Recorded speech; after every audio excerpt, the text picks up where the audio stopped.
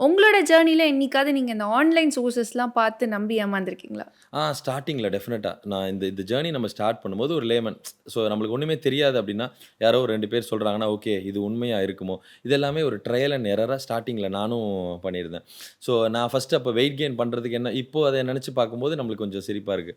First அந்த டைம்ல weight gain பண்ணும்போது என்ன பண்ணேன் அப்டின்னா, மதியானம் வந்து இந்த பழைய சாதம், அத வந்து பயங்கரமா லோட் பண்றது. ஸோ கார்போஹைட்ரேட்ஸ் அத ஃபுல்லா ஏன்னா, நம்மளுக்கு அந்த டைம்ல வந்து இதெல்லாம் தானே சொல்லுவாங்க. ஸோ பழைய சாதம் சாப்பிடணும். அதுக்கப்புறம் pizza or whatever burger or நான் ஒல்லியா இருக்கேன்னா, நம்ம எது சாப்பிட்டாலும் வந்து நம்ம குண்டாக மாட்டோம். இந்த திங்ஸ் எல்லாம் அப்ப சாப்பிட்டு, அதுக்கப்புறம் ஒரு 58 கேஜிஸ்ல ஸ்டார்ட் பண்ணேன். அப்படியே கிட்டத்தட்ட ஒரு 80, 85 கேஜிஸ். நம்ம பார்க்கறதுக்கு நம்மளும் அப்படியே ரொம்ப பெருசாயிட்டோம். அது இருந்தது ஒரு 2 இயர்ஸ், 2 1/2 இயர்ஸ் கிட்ட.